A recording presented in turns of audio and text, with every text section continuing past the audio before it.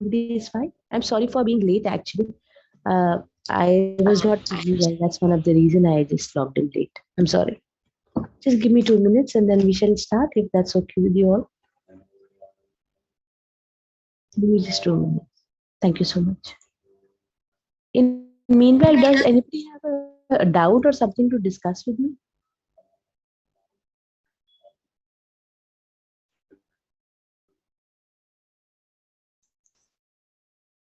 समझ में नहीं आया जिसमें आप थोड़ा सा अटेंड नहीं कर पाया था। मैं लास्ट में थोड़ा सा मैं अटेंड कर पाया था 10-15 मिनट के लिए। ठीक है, कोई दिक्कत नहीं, मैं आपको बताऊंगी।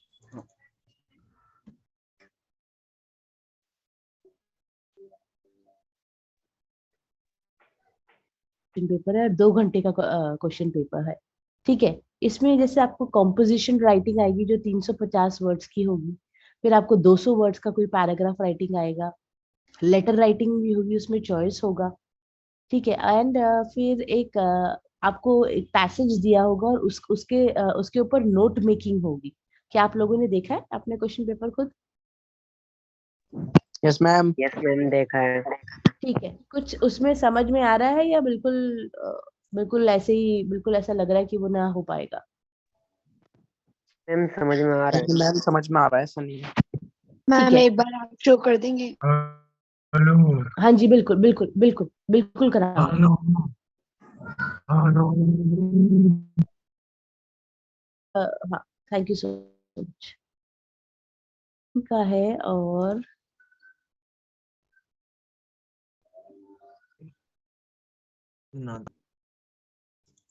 हेलो।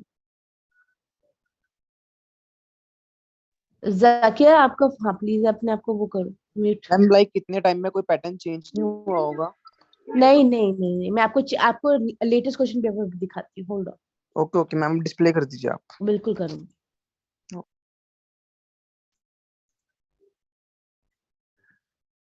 क्वेश्चन पेपर जो इंग्लिश के जनरली रहते हैं वो एक जैसे ही रहते हैं। कॉम्पोजिशन राइटिंग तो आपको रहेगी रहेगी, you can not do without it. तो सबसे ज्यादा तो इम्पोर्टेंट जो है आपके लिए लिखने के लिए जो है इम्पोर्टेंट है।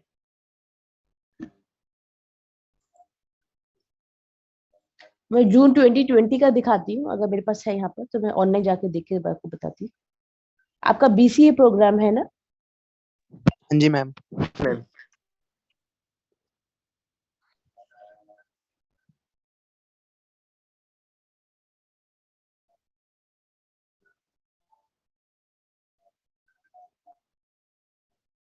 ओके जैसे FEG 02 में बेसिकली सिर्फ सबसे ज्यादा जो आपका जो फोकस है वो राइटिंग स्किल्स पे दिया हुआ है। ठीक है, वो राइटिंग जो आपके जो करनी है वो सबसे इम्पोर्टेंट है।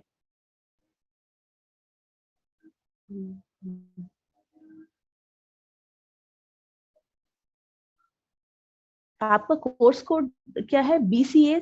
ये तो FEG 02 है, बट वैसे BCA ही है ना सिर्फ? Yes ma'am.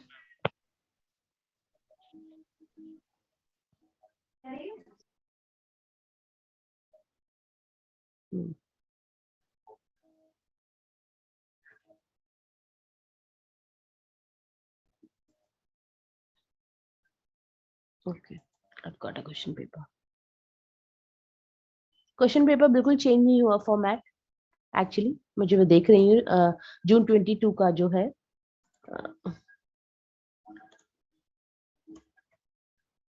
दिखाती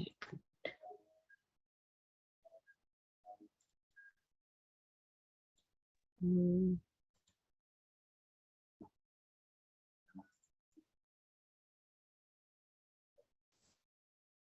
और दिसंबर 2021 का भी दिखा दो, क्योंकि जून 22 के बाद हाँ से जी पहले कुछ और। जो जो लेटेस्ट हो ना मैम, आप वो दिखा दो। हाँ, मैं आपको वही दिखा, 2 लेटेस्ट दिखा देती हूँ ताकि आपको आइडिया हो कि आप कौन से वाले में बेसिकली क्या करूँ, है ना? ठीक है, एट द तो मैं आपको ये बताऊंगी कि आप इसमें बेसिकली जब आप नोट मेकिंग करोगे वो भी कैसे करोगे, मैं वो भी समझाती हूँ आपको एक बार फिर से। ग्रामर उसमें बिल्कुल नहीं है, कुछ बिल्कुल भी ग्रामर नहीं है, सिर्फ राइटिंग स्किल है आपके क्वेश्चन पेपर में।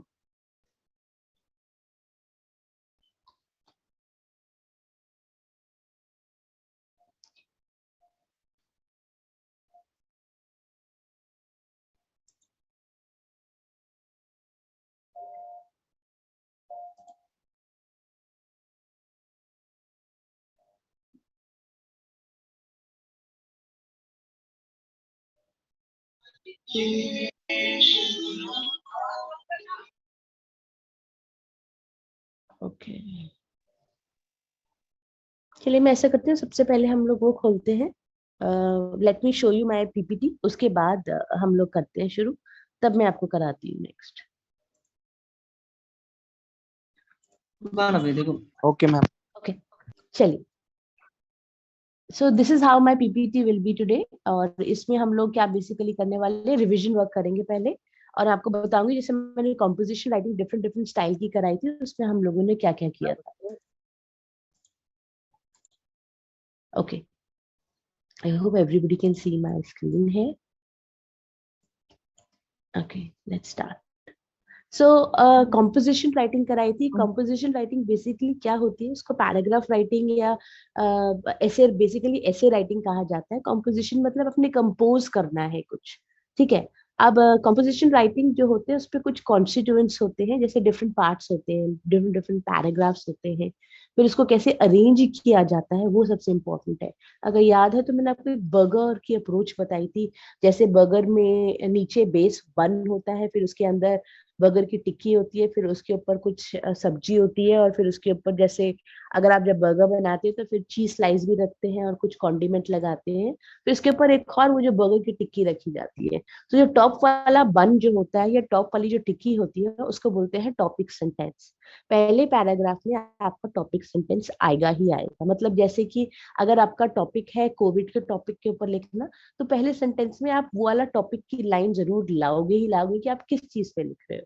उसके बाद सेकंड थर्ड, उसके बाद जितने भी जो टॉपिक्स होंगे उसमें थोड़ा सा आप बताएंगे कि आप क्या किस बारे में बात कर रहे हैं।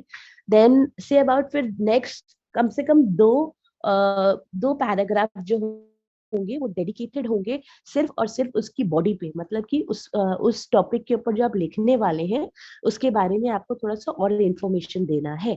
उस इन्फॉर्मेशन में आपको ये बताना है कि उसमें डिटेल्स देनी है, उसमें डिटेल्स देनी है, कब कैसे क्यों कहाँ, ऐसे करके, राइट। जिस चीज भी जिस टॉपिक पे भी अगर हम कंपोजिशन लगते हैं, ओके।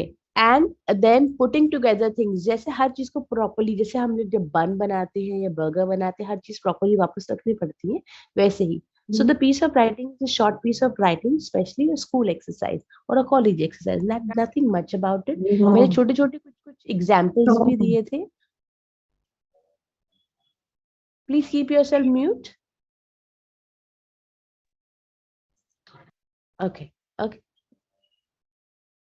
एंड बेसिकली जो राइटिंग प्रोसीजर है, मैंने कुछ एग्जांपल्स दिए थे डिस्क्रिप्टिव राइटिंग के, जैसे अगर आप किसी चीज को डिस्क्राइब कर रहे हैं तो उसमें डिस्क्रिप्शन में आप क्या क्या चीजें लिखेंगे, राइट, क्या क्या क्या चीजें होंगी उसमें। Okay, now let's go to the next slide जो मैंने आपको कराया। As I said, there are different types of writing. जैसे जैसे टाइम बढ़ता गया एंड लाइफ मूव होती रही in human history, what happened was कि उसमें,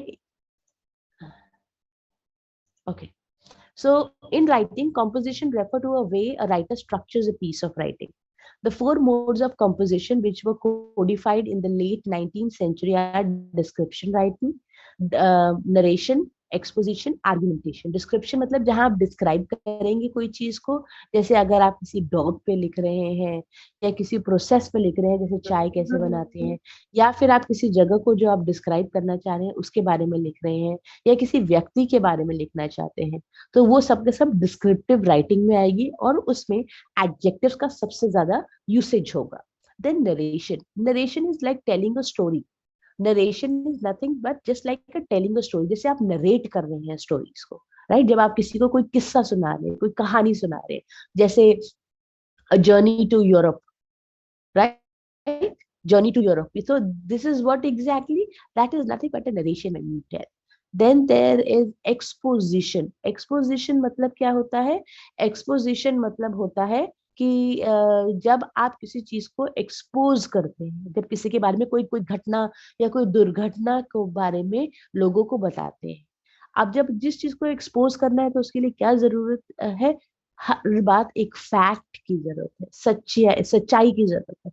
और सच्चाई अक्सर किसमें होती है? मैथमेटिकल नंबर्स में, राइट। अगर आप रिपोर्ट कर रहे हैं कि किसी की डेथ हो गई या फिर कि कोई हादसा हो गया या there was an earthquake, then what really happened, right? How do you tell? जैसे अभी रिसेंटली क्या हुआ था, दिल्ली में अर्थक्वेक आया था तकरीबन तकरीबन रात के 1 बाद।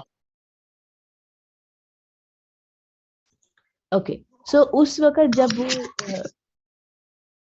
जब वो भूकंप आया था या जब when the earthquake had come, most of us were sleeping, right? We were not aware कि there was an earthquake, but जो लोग जगे हुए थे, पढ़ाई कर रहे थे या कुछ काम कर रहे थे, they could feel it. But however, there was a team which reported about the earthquake with details like कि ये originate कहाँ से हुआ था. It originated from Uttarakhand and went till Nepal. And then it also talked about the fact the scale of this earthquake was 6.3 on a Richter scale, right? Which is a lot, because earthquake को measure करने के लिए हम Richter scale का प्रयोग करते हैं और उसमें जो रीडिंग होती है उसको हम शेयर करते हैं, तो वो that is called exposition, right? Then last is argumentative type. So argumentative style जो होता है बेसिकली बहुत ही ज्यादा परसुएसिव स्टाइल होता है, मतलब किसी को अपनी बात में मनाना. सो you can be for and against on this, right? अगर आपसे पूछा जाए कि is in digital India, is it a good idea to go completely digital, do all the payments online and this and that, how would you go ahead and explain this, right? सो आप हो सकता है आप इस topic के for या against दोनों हो, राइट? तो इसमें आपने अपनी बड़ी स्ट्रॉन्ग आर्ग्यूमेंट रखनी है, बताना है कि भाई इस देश में क्या क्या प्रॉब्लम्स है जिसकी वजह से डिजिटल इंडिया होना आसान है या नहीं है, या फिर you have to put up a point where you have to say कि हाँ हाँ it's very very possible, however keeping in mind whatever you are trying to say, तो you will have to give some kind of a detail जिससे कि जो read कर रहा है वो आपकी बातों को बिलीव करे. Okay, that is what we really want. Okay, that is what you call kind of writing styles. So as I said, there are four: exposition, narration, descriptive, and argumentation. Now, expository type of writing is basically if you see it is descriptive, tells what something is. It is in a sequential order or a procedure, tells how to. Usme cause and effect, tells why something has happened. If there's a problem, there will be a solution, and that will be given by the writer. And then there is a comparing and contrasting, tell how two things are same yet very very different from each other. Enumerative means list on the topic. Enumerative means list wise चीजों को बता. Okay, this is what the expository text looks like, and it will be enumerative. मतलब जब आप data present करते हैं उसको enumerative कहा जाता है. Little more explanation of all these. Expository is an expository essay. The writer gives explanation on an idea, theme, or issue to the audience by giving their personal opinion, and this essay is presented through examples, definition, comparison, and contrast, along with some details like numbers, data, figures, or something like that. Okay, now narrative essay is non-fiction but describe a story with a sensory description. The writers not only tell story but also make a point by giving reasons. Okay, now we also have a descriptive essay, as it sounds like its description about a particular topic or describes the traits and characteristics of something or a people in detail. It allows artistic freedom and create. So descriptive writing में आप सबसे ज्यादा adjective का प्रयोग करते हैं. For example, when you're posting a picture on Facebook or Instagram, what do? You give it a caption.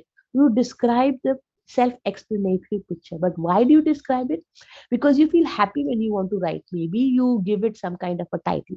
You write a piece of poetry, or you put up a quote on your picture.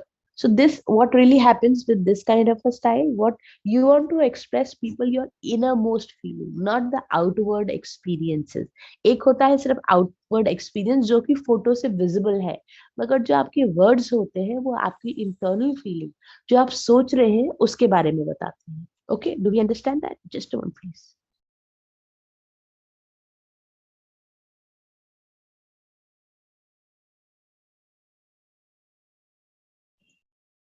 Last is a persuasive essay, or we can also turn it into an argumentative style.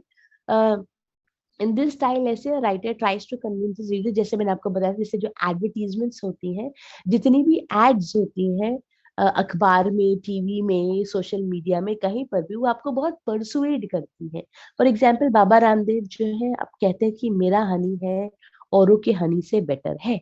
क्यों better है? क्योंकि उसमें चीनी नहीं, right? And he tries to persuade the buyer to buy his products because he tells first that they're made out of natural and organic ingredients. Then he tells that there is no chemical being used. Third, he says they're easily affordable and of a good quality. And fourth, then he says in comparison, he shows a comparison with the rival product, saying that हमारा हनी सबसे better है. So this is what these styles are persuasive. खरीदने वाले को लगता है हाँ भाई बिल्कुल सही बोल रहे हैं.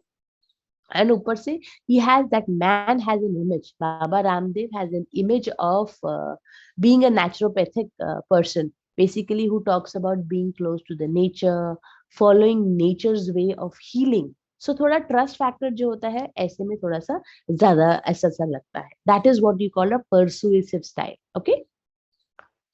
Now let's go to the next one. Okay.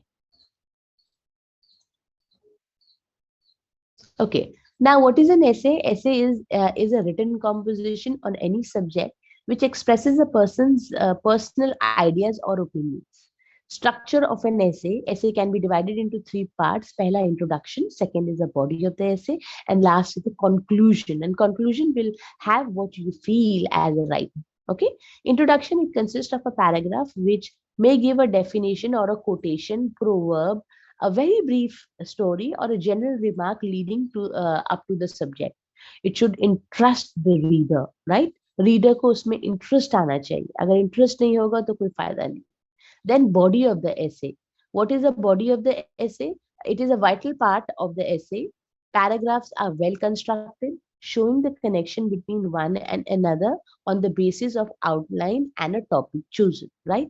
So ऐसे का जो next paragraph होता है वो उसकी continuation में होता है introduction के बाद, and वो जिस topic पे आप लिख रहे हैं, it will give more details about what do you want to present on, right?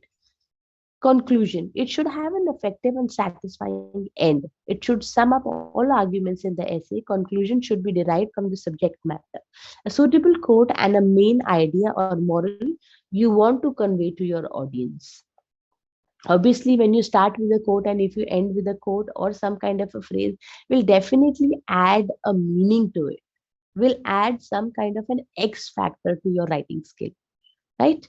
जब जनरली जैसे आप अपने बायोज में छोटी छोटी लाइनें लिखते हो और लिखते हो भाई I believe life is best और something like that, then what do you do? These are basically ways of attracting people towards you. Same way, an essay is a piece of writing where you need to make sure that the invigilator, when reading your essay, feels attracted towards the fact that this person knows what he or she is writing. Right? That is what is very, very important and crucial for it. Now, ये ऐसे का style है जैसे introduction, topic sentence आएगा, summary of main point, thesis statement आती है इसमें, paragraph 1, 2 और 3 जो है वो सपोर्टिंग आर्गुमेंट से रिलेटेड है, सपोर्टिंग डिटेल्स देते हैं, and conclusion is in summarised argument. Okay, so here is one simple example, and let's say this is an example basically of it's like a notice, right? This one is a notice.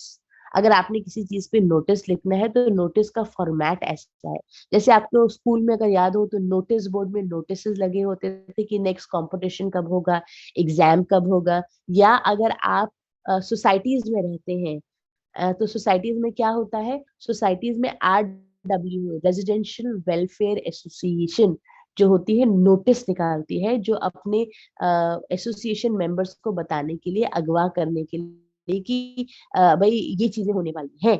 अब जैसे ये जो notice है ये majestic club Bangalore की तरफ से है, मतलब ये जो टॉपिक जो पहला नाम लिखा है वो इशूइंग अथॉरिटी जिसने ये नोटिस निकाला है. नेक्स्ट उसकी हेडिंग क्या होगी, fund raiser for the building shelters. उसके बाद डेट, कौन सी डेट को वो लिखा गया है. तो आप डेट लिखेंगे और उसके बाद उसकी बॉडी होगी जिसमें आप purpose, event, occasion, date, time और वेन्यू के बारे में बताएंगे, और एंड में it will be signed by a person who has issued the notice. So इसमें बॉडी में ये लिखा है, the club is planning to organise a mega charity show to raise funds for building shelters for those living on the streets. The show is being planned for 15th May 20 something, which is, let's say, 2020, at the Salt Lake Stadium from 5 p.m. onwards. So आपको बताना है basically venue क्या है, right? आपने date बताई, venue बताया, कितने time से शुरू होगी ये बेसिकली ये activity, right? Members interested in participating and offering suggestion for making the show a success may contact the undersigned within a week, right? So it is signed by KV Prasad, who is the secretary of the club. ठीक है, this is very very important. Notice में जो sign करेगा वो and में बताएगा कि वो बेसिकली उसकी डेजिग्नेशन क्या है, किस पोजीशन से वो ये लिख रहे हैं, right? That is what is very very important. बहुत रेयर चांसेस में आपको नोटिस आए हैं इक्के दुक्की जगह पे, वैसे नोटिस आया नहीं, मगर अगर आएगा तो ये फॉर्मेट आपको याद रखना है, राइट? ये फॉर्मेट आपको याद कर रखना है. नाउ आपको नोट टेकिंग और नोट मेकिंग दोनों है. अब मैंने आपको बताया था नोट टेकिंग और नोट मेकिंग में अंतर क्या है. Note taking is when you are reading और hearing something for the first time and you are trying to jot down the key information so you can use it later. जैसे for example, right now I am taking a lecture for you and I am discussing about FEG 02 में what all you will study. So whatever I speak to you right now and whatever you hear for the first time and you jot down the important aspects of my lecture or important points which I shared today, those will be called basically what? Those will be your note taking exercise. इसको note taking कहते हैं, ठीक है? ना note making क्या है, जो आपके बेसिकली जो आपको आएगी basically is when you return to those notes and make notes on them. This means you annotate them, you put them in your own words or summarize them and highlight key points. अब आपको जो note making आएगी, आपको composition दी होगी, right? बहुत एक ऐसे दिया होगा बहुत सारे पैराग्राफ का, उन पैराग्राफ्स को आपने समराइज करना है, राइट? समराइज करना है. Now, why do we take notes? Because जो नोट टेकिंग एक्सरसाइज है बेसिकली हो सकता है, अगर मैं जैसे फॉर एग्जांपल आपको लेक्चर दे रही हूँ और बहुत सारी बातें ऐसी बोल रही हूँ जो आपकी बुक में ना हो, right? It might not be there in your book, and that's why one of the reason why you wish to take note. Because also listening becomes an active process. What really happens is if you're not listening and writing, what happens, कभी कभार listen करते करते आपके thoughts जो हैं वो क्या होते हैं, कहीं और चले जाते हैं. So instead of paying attention to the lecture, the chances are that you might wander somewhere in your thoughts. So note taking will help you to keep aligned with with this, that you have to pay attention in the class. Now note taking also helps the learning process, because ये आपको memorise करने में, remember और recall करने में बहुत help करता है. It's a useful life skill. There are many skills in life that you need to learn and one of the skills is note taking. Skills, life skill मतलब क्या होता है, जैसे आपने जब बचपन में थे आपने जूते के फीते बांधने, लेसेस बांधने सीखे, that is nothing but called a life skill. अपने आप को खुद नहाना सीखा, बाइक चलानी या साइकिल चलानी सीखी, पहले साइकिल चलानी सीखी, ये लाइफ स्किल्स एक्टिविटी में आते हैं. स्विमिंग सीखी, ये लाइफ स्किल आती है, right? These are called life skill. Same way writing notes is also a life skill activity. Now written record of the lecture. When you're taking a note, it is nothing but a written record of a lecture. कि हाँ भाई lecture हुआ था फलाना फलाना दिन, ऐसे ऐसे दिन, और उस लेक्चर में हम भी बैठे थे और ये सारी चीजें हुई थी. Okay, do we understand this? Now उसका फॉर्मेट जो है मैंने आपको पहले भी शेयर करा था. हेडिंग और टॉपिक आएगा, फिर जैसे पहला पैराग्राफ है, पहले पैराग्राफ की हेडिंग, सब हेडिंग, उसके अंदर जो कोई पॉइंट्स आते हैं आप उनको लिखेंगे, और उन पॉइंट्स के अंदर और अगर सब पॉइंट्स या सब हेडिंग पॉइंट्स कुछ आ आते हैं तो उनको भी इम्पोर्टेंटली मार्क करोगे, right? This is a style of this is a format of writing notes, right, this is how you will write notes. और एक बॉक्स बनेगा अब्रीविएशन का, अगर आपने कोई अब्रीविएशन यूज करी है उसके लिए बॉक्स बनेगा। लास्ट में समरी भी आएगी, लास्ट में समरी भी आएगी। समरी जो होगी बेसिकली वो आपकी अंडरस्टैंडिंग होगी, वो आपकी अंडरस्टैंडिंग होगी, right. That is very very important, that is what you have to do. Okay okay, so ये देख रहे हैं आप, एक ये नोट टेकिंग एक्सरसाइज है। आई थिंक ये जो ऐसे दिया था वो हेडेक के ऊपर था, राइट। तो आपने उसका मेन हेडिंग डाली, ये फ्लो चार्ट के तरीके में बना रखा है। मगर अगर आपने इसको नोट मेकिंग के स्टाइल में बनाना है तो बेसिकली आप कैसे करेंगे, आप इसको point wise, number 1 main point is headache, और हेडेक के नीचे फिर आएगा सब उस हेडेक के बाद उसकी डेफिनेशन, हेडेक के बाद उसकी आएगी डेफिनेशन। फिर उसके बाद बेसिकली क्या आएगा, headache is originated from the nerves. okay it is basically it has pain and signals। pain base of either skull से आपको पेन आता है या फिर बिहाइंड द आईज। हेडेक की जो है ओरिजिन कहाँ से है, या तो स्कल के बेस में है या आंखों की तरफ से आपको हेडेक आता है। now there are two types of headaches, tension headache and a migraine headache, right। तो नेक्स्ट जो पैराग्राफ होगा वो इसके बारे में टाइप्स ऑफ हेडेक्स है, जैसे टेंशन हेडेक और माइग्रेन हेडेक, उसके सिम्टम्स, उसके कॉजेज, उसकी ड्यूरेशन।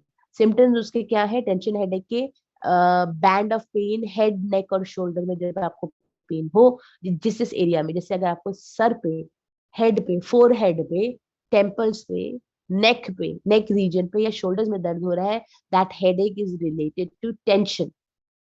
बट अगर माइग्रेन है तो वो हेडेक जो है बेसिकली वन साइडेड हो जाता है, नोजिया होता है और इरिटेबिलिटी होती है। आप अक्सर इरिटेटेड रहते हो, you are mostly irritated, right. Nausea मतलब आपको ऐसा फील होता है कि आप बड़े बड़े नोजिएटेड रहते हो। जनरली आपको फील लगेगा या तो वॉमिटिंग आएगी या फिर जैसे आपको चक्कर आ रहे हैं या नींद आ रही है, कुछ अजीब सा एक बहुत लेथार्जीनेस रहती है। What are the causes of a tension headache? Okay, so the causes of headaches are, for example, driving. If you are driving for a long time, tension का हेडेक है, राइट। आपको अपनी डेस्टिनेशन पहुंचना है टाइम पे और नहीं पहुंचते। देखो ड्राइविंग का आपने शॉर्ट फॉर्म लिखा DRIVG। Next is typing, TYPNG dot. And last is sitting, जैसे अगर आपकी सिटिंग बहुत देर तक बैठे हो, किसी जैसे काम कर रहे हो, that also gives you a tension headaches। Okay, now migraine headaches could be they are triggered by certain foods। कुछ खानों से ट्रिगर होते हैं माइग्रेन्स, स्मोकिंग से, या फिर जनरली किसी भी बात से माइग्रेन हो सकता है, right. Now what is the duration of a tension headache, these headaches are generally very short period oriented, इनमें बहुत लंबा लंबा टाइम नहीं लगता टेंशन हेडेक में, right. As your stress level in the body reduces, ये वाले हेडेक्स जो है अपने आप रियल धीरे धीरे कम हो जाते हैं। माइग्रेन हेडेक्स में क्या होता है, कम से कम 8 to 24 आवर्स तक रहते हैं, 8 घंटे से 24 घंटे, और कभी कभार बहुत बहुत दिनों तक चलते हैं, 2 3 दिन तक चलते हैं। जैसे हैंगओवर होता है, पीने के बाद, शराब पीने के बाद हैंगओवर होता है, ये वैसे टाइप के हेडेक्स होते हैं। अगर आपके घर में आपके पेरेंट को किसी को होता है तो उनको पता है, या आपके ग्रैंड पेरेंट को होता है तो उनको पता है कि उनके लिए बहुत मिजरेबल सिचुएशन होती है, right. Then what are the general causes of the headaches? So it could be hormonal imbalances, environmental stress, spinal misalignment, मतलब आपकी रीढ़ की हड्डी में कुछ misalignment एक्शन की वजह से होगी। poor posture in sitting and sleeping, it means you do not get enough sleep as an adult or as a child, and this is one of the reason why you have headaches। Okay, अब इसको relief पाने के लिए आप क्या क्या कर सकते हो, you can have short term relief और long term relief. Short term relief के लिए क्या करते हैं, हम आइस पैक्स घर में होते हैं, उस आइस पैक्स को नेप में लगाते हैं। नेप क्या होता है, NAPE, नेप होता है गर्दन का पिछला वाला हिस्सा, राइट, जो कनेक्ट करता है हेड को बॉडी से, उस एरिया को नेप कहा जाता है। Yes Tanya,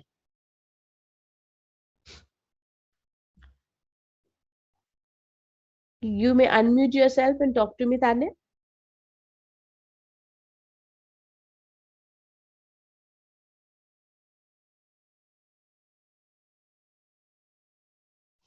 Tanya, you just raised your hand, darling. Please ask me if you want to ask something.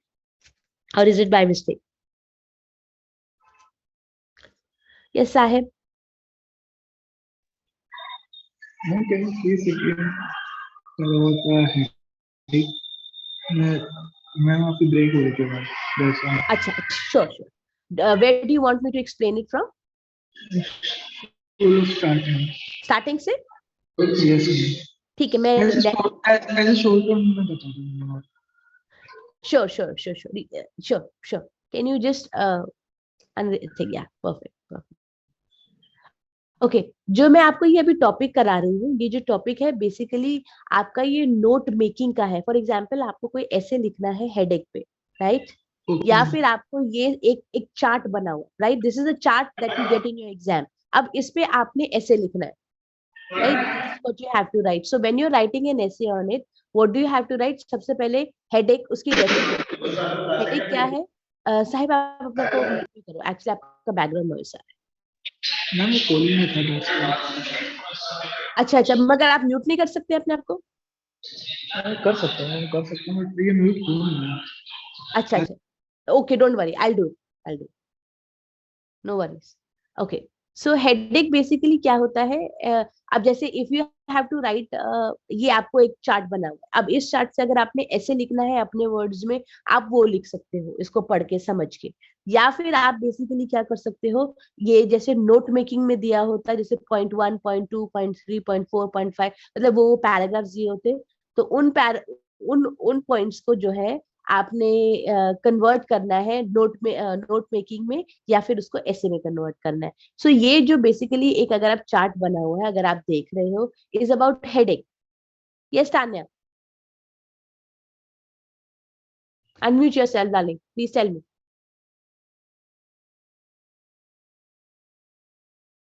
Tanya आपने हाथ रेज किया, बताइए please.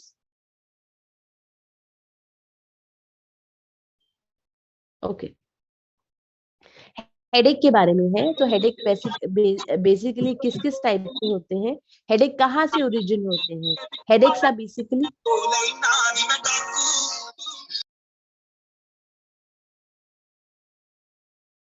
okay, so headaches are basically they originate they originate from the nerves. Headaches basically they are painful, और ये signal करते हैं आपका कहाँ से हेडेक ओरिजिनेट हो रहा है. अगर आपके स्कल मतलब स्कल के नीचे से बेस से शुरू हो रहा है, या फिर आंखों से हेडेक्स आ रहे हैं. कभी कभार आंखों में बहुत स्ट्रेस होता है बच्चों को, या जैसे चश्मा लगने वाला होता है, आंखों का नंबर बढ़ रहा है, तब हेडेक ओरिजिनेट होता है. या फिर सर के जैसे सर में नीचे वाले हिस्से में आपको हेडेक हो रहा है. अब हेडेक दो किस्म के होते हैं. There is a tension headache and a migraine headache that I had been telling about. Tension headache के जो सिम्टम्स होते हैं वो बेसिकली क्या होते हैं? हेडेक जो बेसिकली आपके हेड एरिया में, फोरहेड एरिया में, टेम्पल्स पे, आपके नेक रीजन पे, which is called the nap, and the shoulder region में हो, तो that is what you call basically tension related headache. Yes Sahib. Ma'am अपना इंट्रोडक्शन के बाद जैसे हमको पैराग्राफ लिखना, तो हम क्या अपना पॉइंट ऑफ व्यू कर सकते हैं? लाइक हेडेक के वो डिसएडवांटेज लाइक नो साहिब, वो आपके सेकंड और थर्ड पैराग्राफ में आएगी. हाँ मैम वही कह रहा हूँ, कोरस में कर सकते हैं ना? बिल्कुल. जनरली पहला पैराग्राफ इंट्रोडक्टरी पैराग्राफ होता है, जिसमें आप टॉपिक सेंटेंस बात करेंगे और बताएंगे कि बेसिकली आप कौन से हेडेक्स या हेडेक, उसकी डेफिनेशन, उस टॉपिक के बारे में थोड़ी सी लाइट देंगे. फिर second, third and may be fourth paragraph में उसका बॉडी ऑफ द टॉपिक होगा, कि आप जिस टॉपिक पे लिख रहे हैं. जैसे हम लोग हेडेक में लिख रहे हैं, टाइप्स ऑफ हेडेक, उसके सिम्टम्स, उसकी नेगेटिव पॉइंट्स, पॉजिटिव पॉइंट्स, जो आपको पता है वो लिखना चाहे वो लिख सकते हैं. Absolutely allowed. Okay, now if the headache is caused because of migraine, right? So the symptoms are, yes I have. Like हमारे को स्कूल में लाइक हमारे को पॉइंट दे देते हैं इंट्रोडक्शन के बाद, हमारे को कोर्स दे देते हैं ये पॉइंट से ऊपर लिखो, तो ऐसा कोई क्वेश्चन आएगा? नहीं, मैं आपको अभी क्वेश्चन पेपर दिखाऊंगी साहब. I'll show you the question paper. I'll discuss the question paper. Today is my last class. What I will do is I'll discuss. I'm revising ये सब मैं क्लास से पहले करा दी. अब मैं आपको मैंने रिकॉर्डिंग मिल सकती है इसकी. मैंने रिकॉर्डिंग की, मैंने क्लासेस नहीं ली, मेरे को पता चला कि आज लास्ट क्लास है, तो मैंने आज लास्ट क्लास. इट्स ओके बेटा जी, आपको इतना चिंता करने की जरूरत नहीं है. मैं तभी रिवीजन करा रही हूँ. This will cover it all. हाँ, this will cover it all. Don't worry, it's not a big deal. सिर्फ 50 मार्क का क्वेश्चन पेपर है बेटा, और आपको राइटिंग आएगी और नोट मेकिंग आएगी. ओके, ठीक है. Don't stress too much. ये आपका टेक्निकल पेपर बीसीए का पेपर नहीं है जिसका आपके लिए परेशान होना है. सिंपल इंग्लिश का पेपर है. जब आप स्कूल में रहे होगे तो ये उसमें जो राइटिंग प्रोसीजर होता है, जिसमें कि आपको ऐसे लिखना है, लेटर लिखना है, नोट मेकिंग करनी है, बस यही होगा. 50 मार्क का क्वेश्चन पेपर है, 2 घंटे. 50 मार्क्स वहाँ कहाँ से मिलेंगे? 50 मार्क्स मिलेंगे कहाँ से?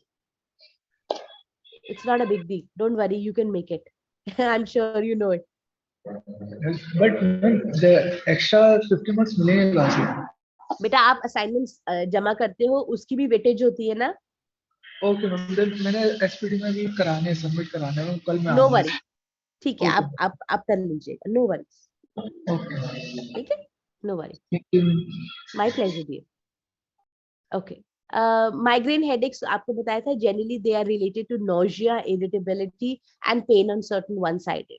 So causes of tension headaches is basically you're driving too much, you're typing, your computer oriented job है, उसमें बैठ के बहुत काम कर रहे हैं, या फिर sitting, your long hours of sitting. Now migraine headaches are basically caused because of certain food. Migraine headaches are triggered because of certain food. जो food आपकी body accept नहीं करती या like नहीं करती, तो उसका instant reaction होता है migraine headaches. और उसके अलावा जैसे अगर आपको smoking से या स्मोक से हो जाता है, या फिर general other condition, it could be anything else, बहुत ज्यादा लाइट से, और या फिर अगर आप ड्रिंक करते हैं उसकी वजह से. ना duration of a tension headache is very very short.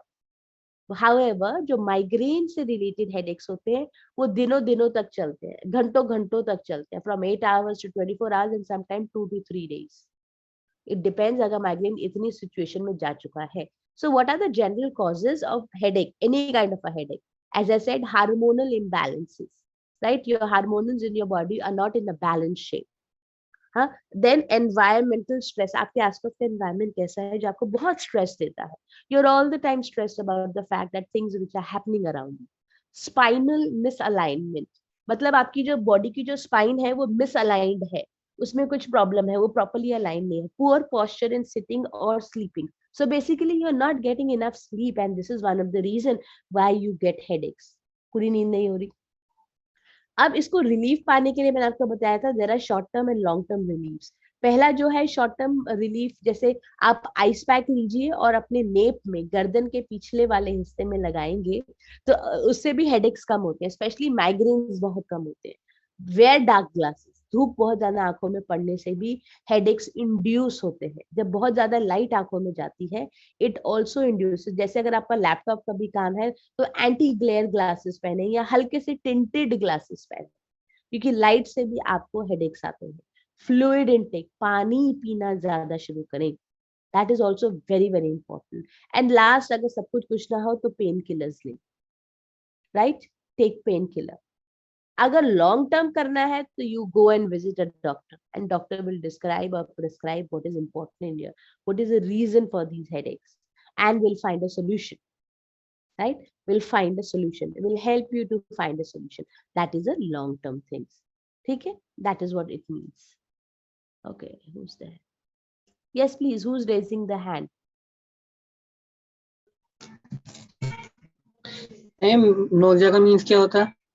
Nausea basically क्या होता है, वॉमिटिंग जैसी की फीलिंग आती है और आपको ऐसा लगता है जैसे आप नींद में हो, नींद सी आ रही है, बेहोशी सी हो रही है, ट्रांस जैसे सिचुएशन होता है. That is what we call nausea. समझ में आ गया? Okay ma'am. यस. ओके. और एक और ने हाथ खड़ा किया था. ओके, किसी और ने सोनू, आपका phone. Okay okay. Next, let's go to the next slide. Now you also have report writing. आपको report writing भी है आपके इस FEG 02 में. मैंने आपको रिपोर्ट राइटिंग बताया था. Report writing could be of anything. For example जब कोई आपकी बाइक चोरी हो जाती है, जब आप FIR कराने जाते हो, वो भी रिपोर्टिंग होती है. जब एक जर्नलिस्ट न्यूज़पेपर में कोई हादसे को या किसी इंसिडेंट को रिपोर्ट करता है, that is also reporting. Then अगर किसी का इंटरव्यू होता है और इंटरव्यू को जब आप रिपोर्ट करते हो, वो भी रिपोर्टिंग है. कोई फीडबैक देता है, उसको भी आके आप अपने उसको चाहो तो उसको रिपोर्ट जैसे फॉर्मेट में बना सकते हैं. ठीक है. So all these things are very very important, very very important things. So report writing में एक ऑब्जेक्टिव होता है, उसकी एक प्लानिंग की जाती है, उसके लिए कुछ इंफॉर्मेशन कलेक्ट की जाती है, फिर उस इंफॉर्मेशन को ऑर्गेनाइज किया जाता है. फिर आप अपने टारगेट ऑडियंस के हिसाब से उसको स्ट्रक्चर करते हैं, and then you finish off your report with your submission, with your summary, कि आपको इस रिपोर्ट बनाते हुए क्या क्या चीजें का ध्यान रखना. Now, a formal report is nothing but a collection and interpretation of data and information.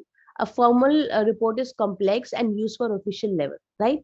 जैसे अगर कहीं घोटाला हुआ और उसके ऊपर आपने एक रिपोर्ट बनाई, तो फॉर्मल वो हो गई. That is what you call. Then you have it is written account of a major project. कोई मेजर प्रोजेक्ट कर रहे हैं, उसके लिए इम्पोर्टेंट है ये फॉर्मल रिपोर्ट.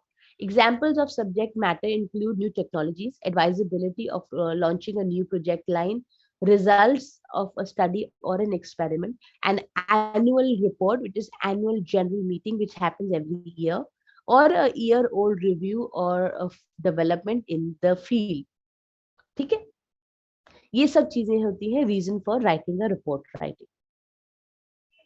ओके. ना टाइप्स ऑफ रिपोर्ट मैंने आपको बताया था, जैसे एक प्रोग्रेस रिपोर्ट जो आपको PTM स्कूल में PTM होती थी और रिपोर्ट कार्ड मिलती थी, वो भी एक टाइप की रिपोर्ट है.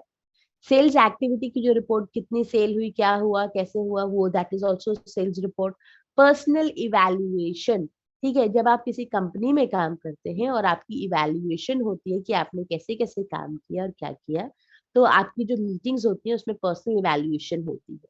फाइनेंशियल रिपोर्ट्स जैसे एनुअल जनरल मीटिंग की कंपनी रखती है हर साल, जो अपने फाइनेंसेस के लिए और अपने शेयर होल्डर्स के लिए वो मीटिंग रखती है, बताने के लिए कंपनी कैसा परफॉर्म कर रही है.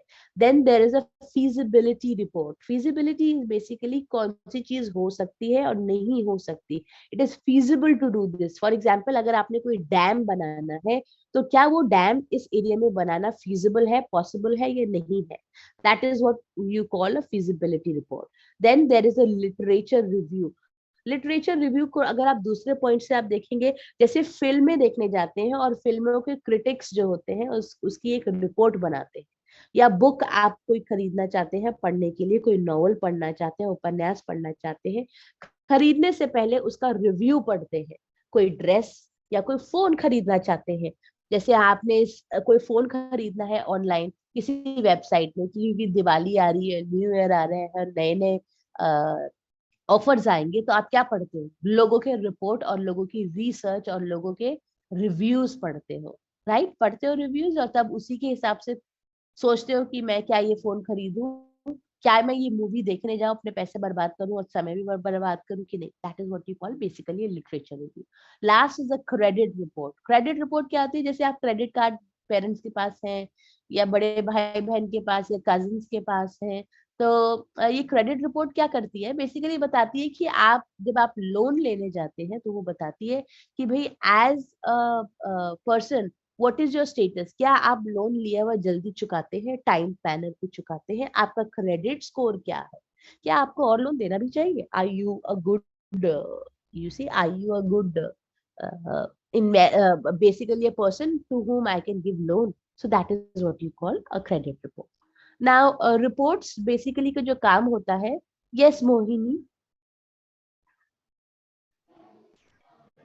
unmute yourself and ask me. Ma'am, how to write a report of an interview? Okay, so interview की जो रिपोर्ट लिखते हैं वो बेसिकली दो लोगों के बीच में इंटरव्यू होता है. एक होता है इंटरव्यूअर और एक होता है इंटरव्यूई, राइट? सो उसमें इंटरव्यूअर बताएगा कि उसमें अगर आपने देखा है अखबार में देखा है जैसे विराट कोहली का इंटरव्यू छपता है, तो जो इंटरव्यूअर जो होता है जो उससे सवाल पूछता है, तो जर्नलिस्ट अपने सवाल लिखता है और उसके नीचे उसके आंसर्स लिखता है. That is a style of interview writing. So basically interview ऐसी रिपोर्ट डायलॉग स्टाइल में होती है. डायलॉग स्टाइल में जिसमें एक सवाल पूछता है, एक जवाब देता है, एक सवाल पूछता है, एक जवाब देता है. Right, that is how you write those reports, like a dialogue. Have you understood, Mohini? Ma'am तो हमें भी ऐसी क्वेश्चन आंसर की टाइप से रिपोर्ट लिखनी बेटा होगी? मैंने अभी तक ऐसा कोई क्वेश्चन नहीं देखा. आपको रिपोर्ट जैसे सिंपल लिखनी होगी, मैंने ऐसा कोई क्वेश्चन नहीं देखा. टू बी वेरी ऑनेस्ट, जो मैंने क्वेश्चन, मैं भी आपके साथ क्वेश्चन पेपर शेयर करूंगी. मैम असाइनमेंट में एक क्वेश्चन आया था कि किसी स्पोर्ट्स स्टार के साथ में इंटरव्यू हुआ है आपका, हाँ. तो फिर उस पर रिपोर्ट लिखनी है. हाँ, सो इट्स नॉट डिफिकल्ट. पहले जब आप जब कोई ऐसे स्पोर्ट्स स्टार पे करते हो, तो पहले आप स्पोर्ट्स स्टार की इंट्रोडक्शन देते हो. भाई विराट कोहली है, विराट कोहली ने इतने टूर्नामेंट्स खेले, इतनी जगह खेला, वो टीम कैप्टन रहा, ये रहा, आज हमारा इंटरव्यू था उनके साथ और ये हमने सवाल पूछे और उनके जवाब कुछ ऐसे थे. That is how you will write. Do you understand? पहला जो आप पैराग्राफ लिखोगे, you will introduce the interview, जिसके बारे में आप लिख रहे हैं उनके बारे में इंफॉर्मेशन लिखेंगे. राइट, एंड फिर उसके बाद जो डायलॉग होता है, जिसमें बेसिकली क्या होता है, आप उससे जो सवाल पूछना चाहते हो. अखबार उठा के देखना, बहुत सारे ऐसे इंटरव्यूज होंगे. टाइम्स ऑफ इंडिया में, हिंदुस्तान टाइम्स में आपको बहुत सारे दिखेंगे. अदरवाइज आपकी बुक में एग्जाम्पल्स है बेटा जी.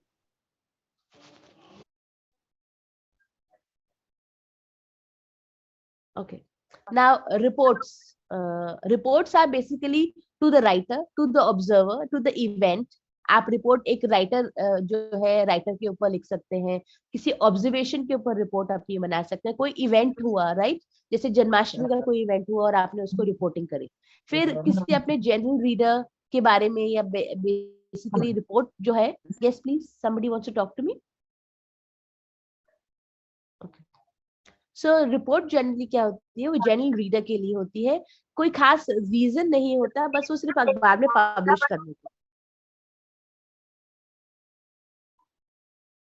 ओके.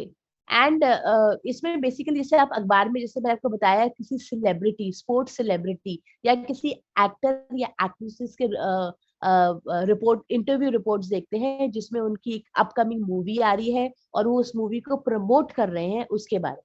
या फिर जैसे किसी को कोई पद्म भूषण मिला या कोई बड़ा अवार्ड मिला और उसके बारे में, या नोबेल प्राइज मिला और उसके बारे में आप रिपोर्टिंग कर रहे हैं. Right. Now another thing is, report जो होती है डिफाइंड रीडर के लिए होती है, मतलब कि किसी खास रीडर के लिए. it is always for a specific purpose. For example, AGM reports किसके लिए होती है? फाइनेंसर्स, शेयर होल्डर्स, डिबेंचर्स और कंपनी में जो और लोगों ने, बैंकर्स, जिन लोगों ने पैसा लगाया हुआ है. यूजली नॉट पब्लिश और publish only in special places. Right. दूसरा, स्पेशल रिपोर्ट में अगर देखे जाएंगे, डिफाइंड रीडर, जो FIR कराते हैं आप दर्ज, वो क्या होती है? वो हर किसी के लिए पढ़ने के लिए थोड़ी होती है कि आपने FIR दर्ज करा दिया और ये कर दिया. वो FIR बेसिकली क्या, उसका स्पेसिफिक रीजन होता है कि जो आपके घर चोरी हुई है या आपका सामान जो गायब हुआ है उसको फाइंड करने के लिए. तो आप उसकी डिस्क्रिप्शन देते हैं चीजों. Okay, just a moment.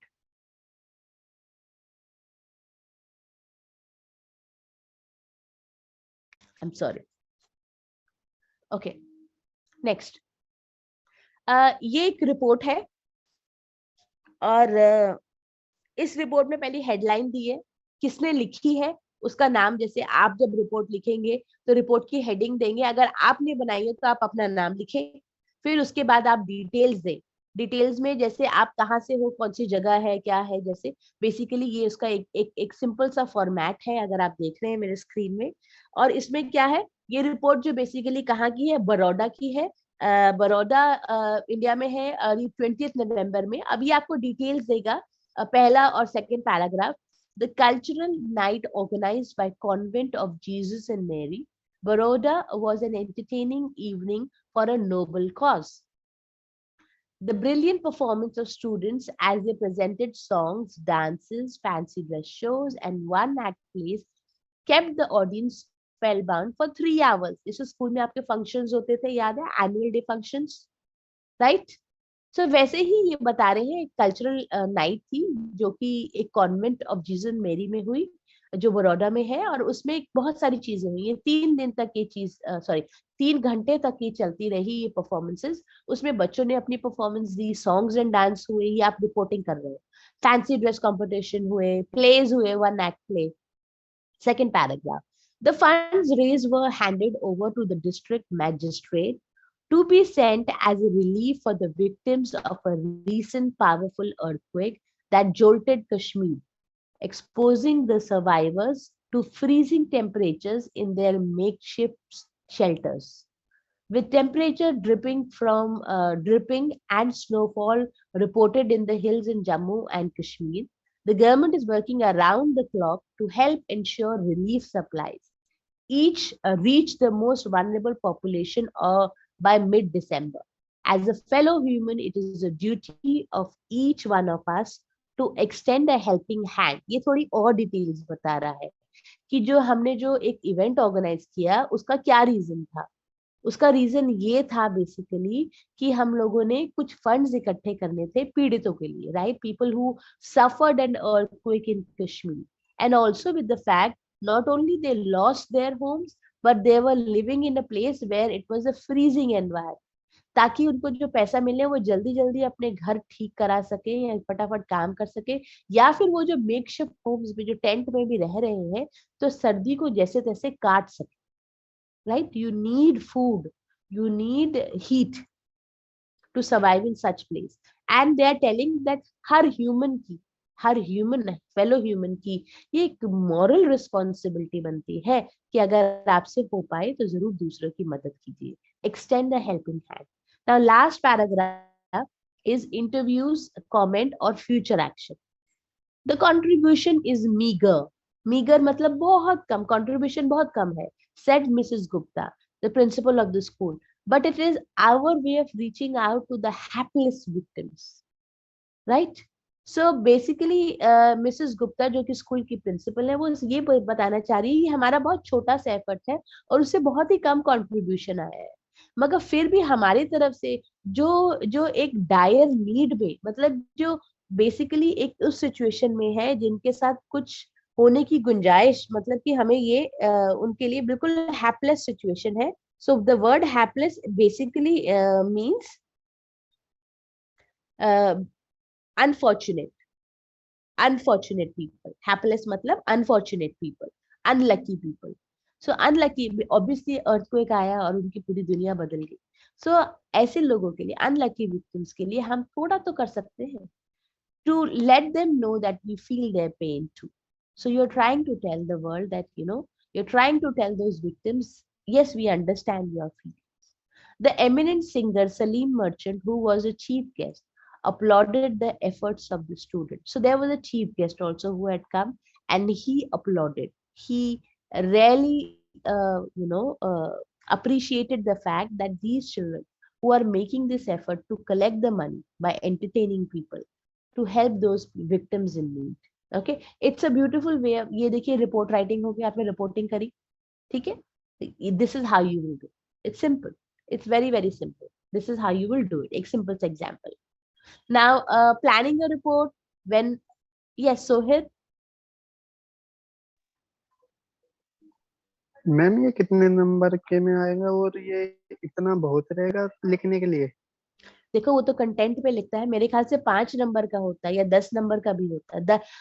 हमेशा क्या होता है, अगर 10 नंबर का होता है तो between 350 words is more than enough. 350 words काफी है,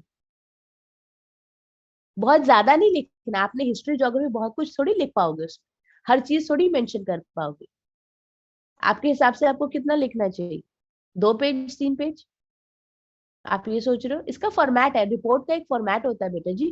तो उसमें वर्ड लिमिट भी जनरली दी जाती है. रिपोर्ट जो होती है जनरली मैक्सिमम 200-250 वर्ड्स की होगी, उसमें दिया होगा. अगर तो 10 मार्क का क्वेश्चन है, as I said 300 to 350 words. 5 mark का क्वेश्चन है तो around 200 words is good enough for it. ठीक है, समझ में आया सोहेल?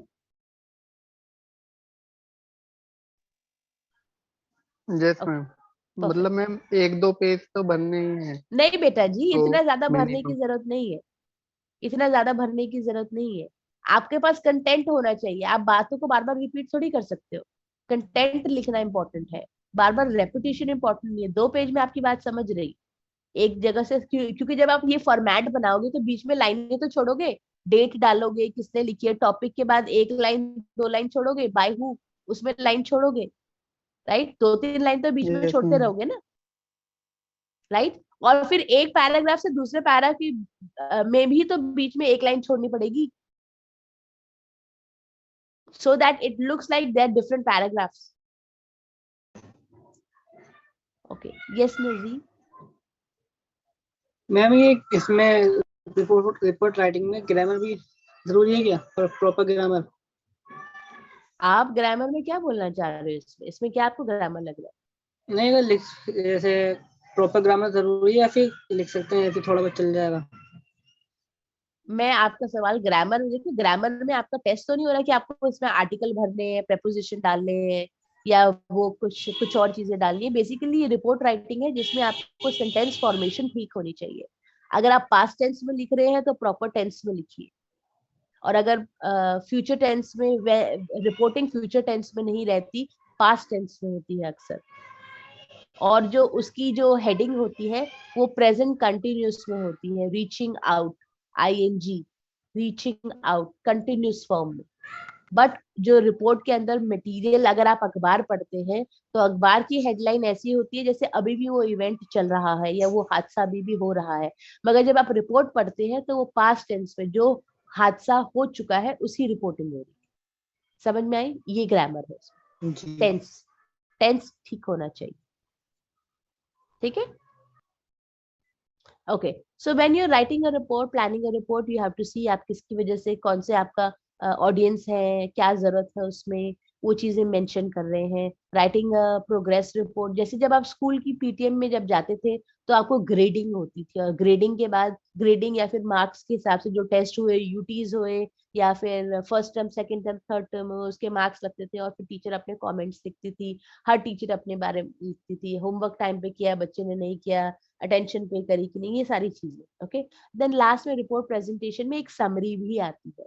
समरी आपके अपने वर्ड्स में होती है, जो बताती है बेसिकली कि आप जो रिपोर्ट राइटिंग कर रहे हैं, जो आपने लिखा या जो समझा पढ़ा वो इस पर्पज से थी, ठीक है, उसके बारे में आप लिखिए। That is what it is required.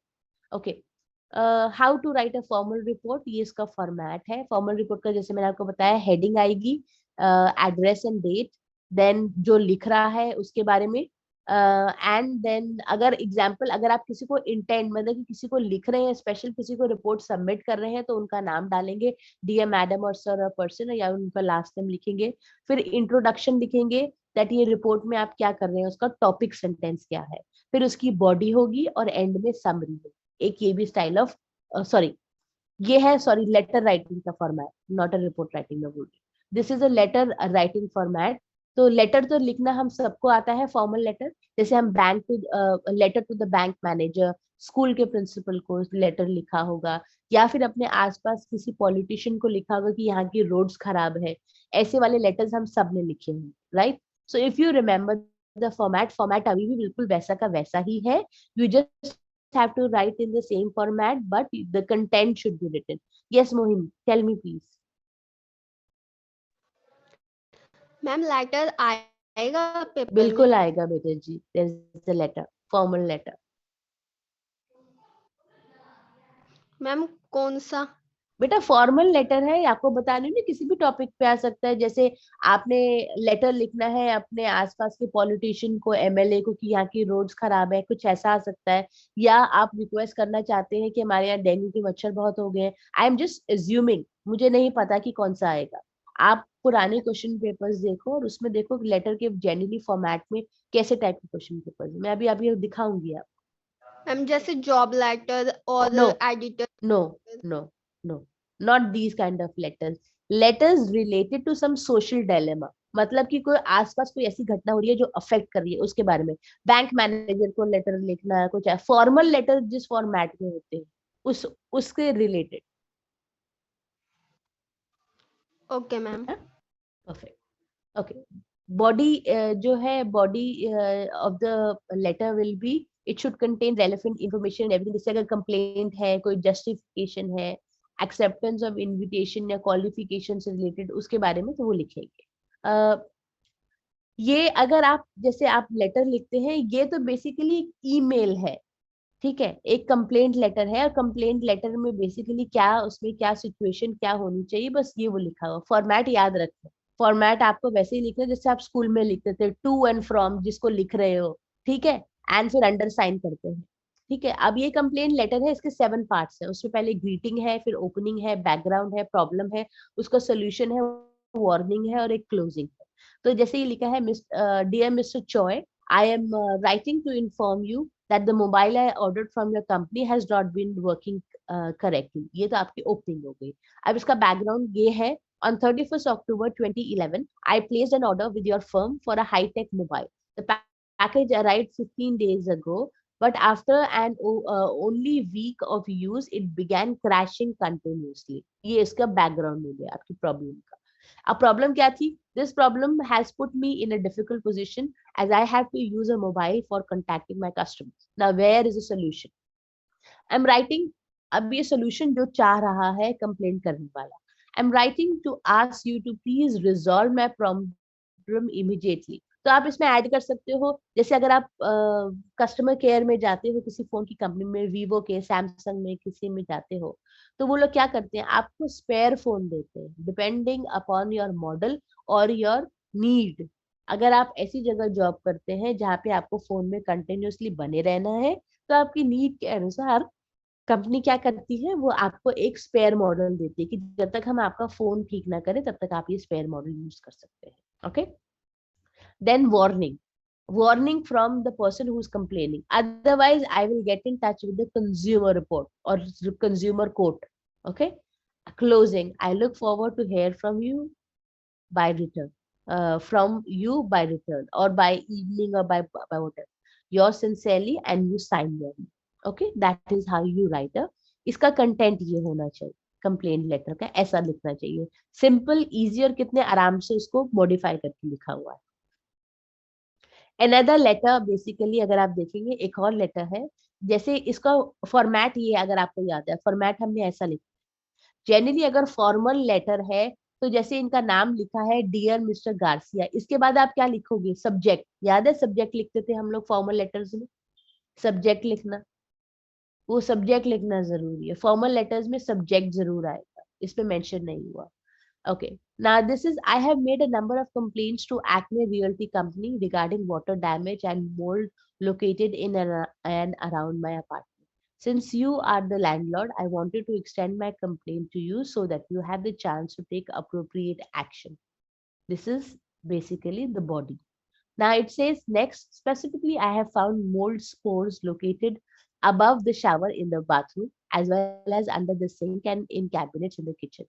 It states clearly in the landlord responsibility section of the lease, if in landlord's opinion the unit is so damaged as to be unfit for occupancy and landlord elects to make repairs, the rent provided in the lease shall abate unless otherwise as provided by law during the period of time when the unit is not fit for occupancy। तो ये जो है basically letter जो लिखी जा रही है, ये टेनेंट लिख रहा है अपने लैंडलॉर्ड को कि मेरे घर में मोल्ड का प्रॉब्लम हो गया है और वो जो है आपकी वजह से मेरे शावर हर जगह जो है, अब ये जो है आपको सिचुएशन सॉल्व करानी है। और ये जो चीज है ये आपको जो टेनेंट वाला जो लैंडलॉर्ड और टेनेंट का जो रेंट एग्रीमेंट है उसमें भी ये मेंशन करा है, आपने उसको हाईलाइट करा।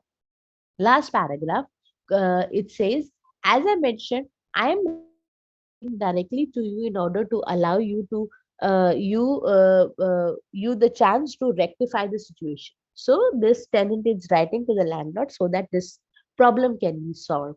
I would also like to point out that Arizona state laws says that you are required to reply to this complaint within 5 days, right? 5 दिन के अंदर मुझे रिप्लाई चाहिए। If a reply is not received within 5 days, I will refuse payment of any further rent until such a time as an issue is resolved। Thank you for your time and assistance, sincerely, and you sign your name। Okay, that is how you write a formal letter of complaint, अगर complaint कर रही है तो।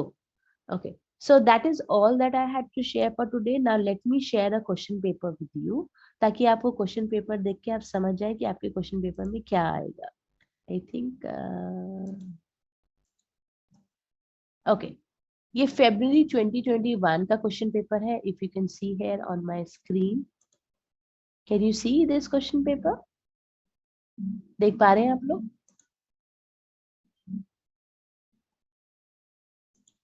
Okay, this is 50 mark का। Yes I have. Ma'am हमारा paper जो होगा MCQ base होगा, रिटर्न होगा? रिटन है बेटा जी। देखो ये क्वेश्चन पेपर मैंने स्क्रीन में शेयर करा है। बट मैम मैंने जब फी भरी थी ना तो उसमें एमसीक्यू वाला आया था। बेटा वो आपके कंप्यूटर का होगा, इंग्लिश का क्वेश्चन पेपर थोड़ी एमसीक्यू में आएगा। ओके। वो आपके कंप्यूटर से रिलेटेड उसके जो टॉपिक आपके जो जैसे कोई और सब्जेक्ट है उसमें एमसीक्यू आएगा, इंग्लिश में तो रिटन ही होगा बेटा जी। ओके, नाउ वी हैव ये आवाज कट रही है या नहीं आ रही? कट रही थी। ओके, मे बी बेटा आपके वहाँ इंटरनेट चॉपी हो, मुझे नहीं पता। किसी और को भी, यू कांट हेयर मी? क्या आप हेयर नहीं कर सकते मुझे? कोई और क्लास क्लियर आ? ओके ओके, नाउ ये आपका क्वेश्चन पेपर है 50 मार्क्स का क्वेश्चन। यस बानित, यस बानित, आज क्या क्वेश्चन? मैम हर बार का फॉर्मेट सेम रहता है पेपर का? हाँ जी बेटा जी, मुझे तो यही फॉर्मेट, देखो ये 2021 फरवरी का है, मेरे पास 2022 का भी है, मैं वो भी खोल के दिखा सकती हूँ। इसके बाद मैं आपको वो भी दिखाती हूँ। यही फॉर्मेट है, मैं पिछले 5-10 साल से देख रही हूँ, यही फॉर्मेट है आपके क्वेश्चन पेपर का। अगर आप देखोगे तो फॉर्मेट आपको वही दिखेगा। इंग्लिश का पेपर है बेटा, फॉर्मेट चेंज नहीं होता, ठीक है? ये सैंपल पेपर मिलेगा कहाँ से? बेटा आप इग्नू की वेबसाइट में जाओगे, जहां से आपने अपने असाइनमेंट डाउनलोड करे होंगे, वहीं पर आपको एक क्वेश्चन पेपर का सेक्शन भी होगा। इग्नू की प्रॉपर वेबसाइट में, इग्नू की वेबसाइट में, इग्नू ई ज्ञान कोश कहीं नहीं, इग्नू की वेबसाइट में जहाँ डाउनलोड का सेक्शन होगा, उसमें देखोगे असाइनमेंट, क्वेश्चन पेपर, ये सब दिया होगा, आप डाउनलोड कर सकते हो। ठीक है, तो पहला क्वेश्चन है, write a composition in about 350 words on any one of the topic. 20 mark का क्वेश्चन है, उनमें से 4 टॉपिक में से किसी एक टॉपिक में लिखने हैं। One cannot demand respect, but one can command it. The younger generation must develop reading habits. Number C, spending more time on social networking leads to waste of precious time. D, the teaching profession demands intelligence and aptitude. अब इनमें से आप कोई भी एक topic लिखेंगे, आपको writing style मैंने बताया, पहला जो टॉपिक जो जब स्टार्ट करेंगे तो इंट्रोडक्शन से करेंगे। इंट्रोडक्शन में जो आपका टॉपिक, कोई भी जो टॉपिक आप, जैसे मैं, अगर हम let's say spending more time on social networking leads to wastage of precious time, मैं इस पे लिखना चाहती हूँ, तो आप इंट्रोडक्शन में इसके बारे में लिखेंगे। अगर आपको कोई नॉलेज है या आपने कोई रिपोर्ट पढ़ी है या कहीं कुछ करा है, कि जैसे मैंने टाइम्स ऑफ इंडिया में एक आर्टिकल पढ़ा था, उसमें एक रिपोर्ट थी अमेरिकन रिसर्चर्स की, तो उन्होंने ये लिखा था कि भी हाँ, लोग जो है कम से कम ऑन एन एवरेज अपने दिन का 24 घंटे में से कम 5 से 6 घंटा जो है सोशल मीडिया पे या सोशल नेटवर्किंग वेबसाइट्स में रहते हैं, जिसकी वजह से उनका स्लीपिंग टाइम भी क्या होता है, कम हो जाता है, स्ट्रेस लेवल और बढ़ जाता है, because you are generally continuously comparing yourself with others life and lot of other things. Yes, Akash. Ma'am BDS क्या है? BDS क्या है? कहाँ लिखा है BDS? BTS full form. BTS I don't know बेटा, BTS आप किस लिए बात कर रहे हो? ये कहाँ से वर्ड आपने देखा? नहीं मैम, ऊपर पेज पे लिखा है ना, पेज नंबर 4 लिखा है। BTS एंड BDP ये प्रोग्राम कोड है। फुल फॉर्म क्या है बेटा? अब आपको क्या करना है? आपने BCA के बाद BTS में एनरोल करना है बेटा? बैचलर ऑफ टेक्निकल स्टडीज है। हाँ जी मैम, कट गई थी। बैचलर ऑफ टेक्निकल स्टडीज आपने करनी है अपने BCA के बाद? हाँ, करने की सोच तो रहा हूँ, पहले भी। ठीक है, आप ऐसा कीजिए, आप वेबसाइट में, इग्नू की वेबसाइट में देखिए और वहां पर देखिए कौन से प्रोग्राम्स आप करने में इंटरेस्टेड है और उनका कोर्स देखिए, course curriculum. Ma'am yes please. अभी तो पेपर करने में इंटरेस्टेड हूँ। Wonderful Akash, thank you. Let somebody ask. Yes please, who is there next? Yes Waqar. जी मैम, मैं कह रहा था बोल कि ये जो क्वेश्चन है, मतलब हाँ जी, हर मतलब एवरी एग्जाम यही क्वेश्चन रहता है, इसी पैटर्न पे आता है। पैटर्न तो स्टाइल यही रहता है, सिर्फ टॉपिक बदलेंगे बेटा जी। हाँ, वो तो मतलब बदलनी है, नहीं तो बच्चे चीट कर लेंगे।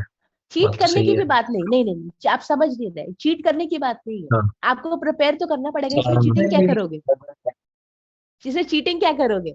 आपको प्रिपेयर तो करना है। देखिए आपका जितना अच्छा, इंग्लिश में चीटिंग नहीं हो सकती। इंग्लिश में क्या होता है कि जनरली आपका मटेरियल कंटेंट अच्छा होना चाहिए, जो आपने लिखा है, एक्सप्रेशन अच्छा होना चाहिए। अगर आपने कहीं से चीटिंग भी करी और उसका एक्सप्रेशन अच्छा नहीं है, तो आपको लगता है आपको मार्क्स मिलेंगे?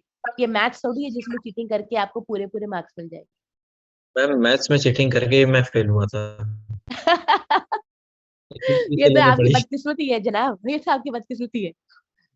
कभी कभार ऐसा होता है कि हम सोचते हैं कि, तभी किसी ने बहुत खूब कहा है कि क्या कहते हैं, नकल के लिए भी अकल की जरूरत है। जी मैम, नकल तो मैंने की थी अच्छी, अकल भी अच्छी थी, टीचर ने मार्क्स काट लिए। शायद उनको समझ में आ गया कि आपने किसी आसपास के बच्चे से कॉपी का चीट करा है एक्चुअली जनरली। जिस कॉपी की थी, बुक सीधा लेके चला गया था, बुक से ले उतार लिया था हाँ, पूरा। तो जब आप बुक से जब आप कॉपी करते हैं बेटा जी, तो ऐसा होता है कि टीचर को पता है कि ये पूरी बुक की लैंग्वेज है, तो इसका मतलब इसने चीटिंग करी, उसमें आपने कोई एफर्ट नहीं डाला कि उसको चेंज किया जाए। जब उससे फर्क मैम पड़ता है। Yes please. ये मतलब मैं इसका एग्जाम कब है मैम? मैं आपकी ये बात नहीं समझ डेटशीट रही। एग्जाम की आ गई है ना?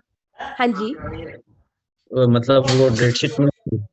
टेंटेटिव डेट शीट आई होगी बेटा, आप उसको देखोगे तो पता मैम चलेगा। अभी कंफर्म डेट शीट भी आ चुकी है, सो अच्छा अच्छा। वकार आप एक बार इग्नू की वेबसाइट में जाके चेक कर सकते हो।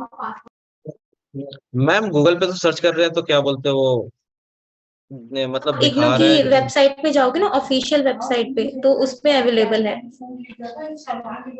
अच्छा। ओके, ओके और मैम, किसने? Okay, thank you okay, ma'am. My pleasure. और किसी लव यू और ने मैम। भी हाथ रेस करा? Yes please, who is next, who wants to ask? Unmute yourself and speak to me. Ma'am हमारे पेपर कौन चेक करेगा? मैं नहीं करूंगी, और एसपीडी का कोई भी मेंबर नहीं चेक करेगा। हेलो मैम, हाँ कहाँ जी चले गए? आकाश, हम में से कोई चेक नहीं करेगा, चिंता ना करें। अच्छा, नेक्स्ट क्वेश्चन। एसपीडी वाले नहीं करेंगे, नहीं बेटा। बाहर वाले करेंगे? हाँ जी बेटा। ओके। नेक्स्ट। यस प्लीज, कोई और? देयर 7 पार्टिसिपेंट जिन्होंने हाथ रेस किए हैं। कौन है प्लीज नेक्स्ट? कौन है? Excuse me, ma'am. Yes Shubham. Ma'am, I want to ask in argumentative composition. हाँ We can write merit and demerit, yes, बिल्कुल बिल्कुल, ये दोनों or लिखना we बहुत need to जरूरी है। stick either merit no or no demerit. No, you write about both the things. If you are a good writer, then write both side, merit और demerit, ठीक है? बट एज अ राइटर, जब आप summary, जब and में conclusion करोगे, आप लिख सकते हो कि मुझे ये चीज पसंद है ज्यादा। Okay, ma'am. Thank you. My pleasure. Next question. Ma'am एक असाइनमेंट्स को लेकर डाउट था। यस बाने। मैम जैसे कि अभी मैंने असाइनमेंट सबमिट किए ना, हाँ जी। जो उनका जो फ्रंट पेज था वहाँ पे स्टडी सेंटर का कोड था, हाँ जी। तो मेरा वो वाला तो बंद था, तो मैंने बाद में चेंज करवाया। हाँ जी। पर उससे पहले मैंने सबमिट कर दिए थे। हाँ जी। तो मैंने स्टडी सेंटर का कोड मेंशन नहीं किया, बिना फिल के ही सबमिट कर दिए वो असाइनमेंट्स। तो कोई दिक्कत है? पिंकी मैम, आप इसको जवाब देंगे? Yes ma'am. पनित, आपने जो ऑनलाइन सबमिट किया था उसमें बस एक स्टडी सेंटर का कोड नहीं लिखा है ना? यस मैम, बाकी तो सब कुछ हाँ, और वो एसपीडी के इसमें ही सबमिट किया होगा। Yes ma'am. हाँ तो ठीक है, कोई प्रॉब्लम नहीं होगी। ओके मैम, वैसे नेक्स्ट। किसी और को क्वेश्चन पूछना है? अभी 4 लोग और हैं जिसने सवाल की।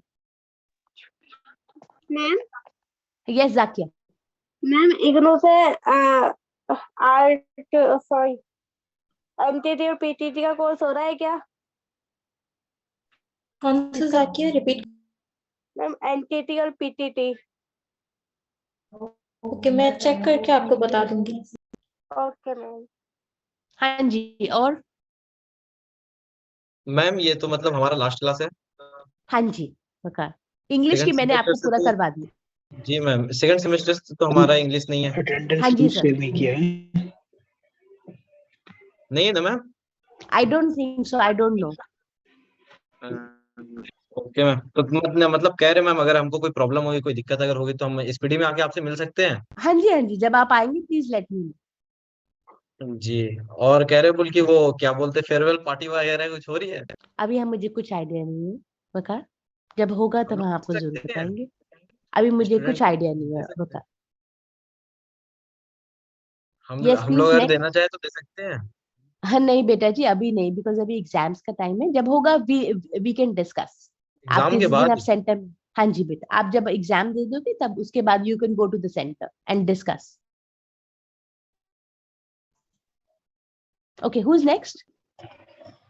Mohammad ma'am Sabi. Attendance, yes मैं अटेंडेंस लिंक अटेंडेंस की फिल आपको कर दो लास्ट टाइम प्लीज। बोला था, अटेंडेंस की कोई प्रॉब्लम नहीं है, मैम ने बोल दिया था कि आप यहाँ पर हो और अगर आपका नाम पूरा है और आपका ये और एनरोलमेंट नंबर है तो शी विल मार्क, आपके नाम से वो डाल दूंगी। अच्छा ठीक है, my okay pleasure. Thank you. Deepak आपने क्या पूछना है? दीपक आपने हाथ खड़ा किया हो। और मनोज। मैम को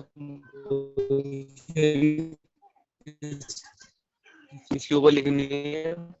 सैयद आपकी आवाज कट रही है, आप मुझे टाइप कर दो question. Hello yes please. Ma'am, assignment से रिलेटेड क्वेश्चन था।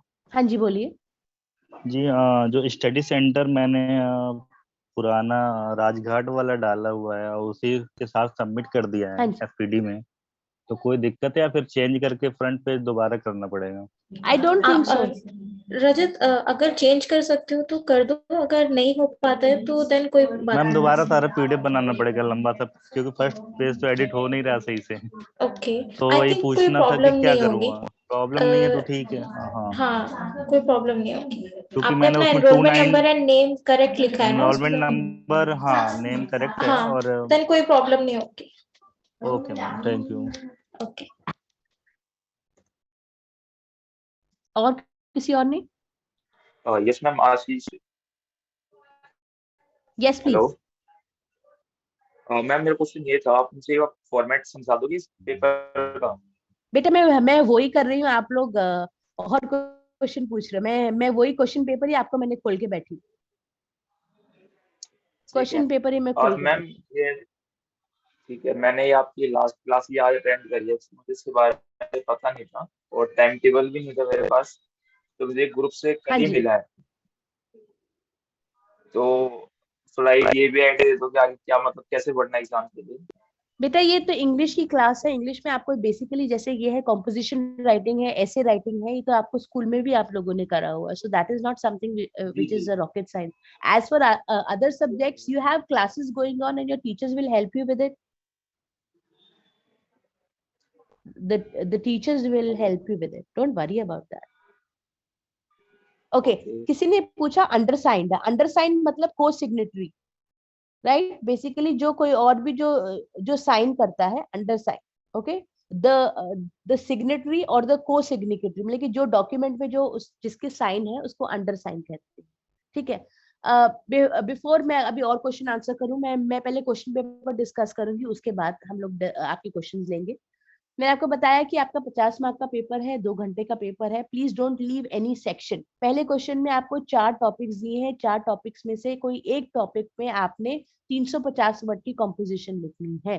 350 वर्ड तकरीबन आपके 2.5 to 3 पेजेस होते हैं, ठीक है?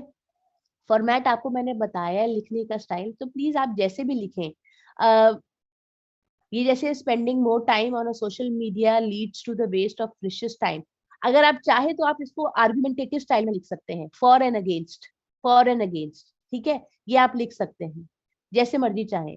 And again one can not demand respect but one can command it, okay so ये भी जो है, ये भी एक तरीका है जो है आप फॉर एंड अगेंस्ट में इस राइटिंग स्किल को बना सकते हैं, या फिर अगर चाहे तो परसुएसिव स्टाइल में जो आप कहना चाहते हैं उसको लिखिए ना। नेक्स्ट क्वेश्चन जो है अगेन उसमें भी चॉइस है, मगर हेलो 10 मार्क का क्वेश्चन है। Yes please. Hello yes ma'am, please.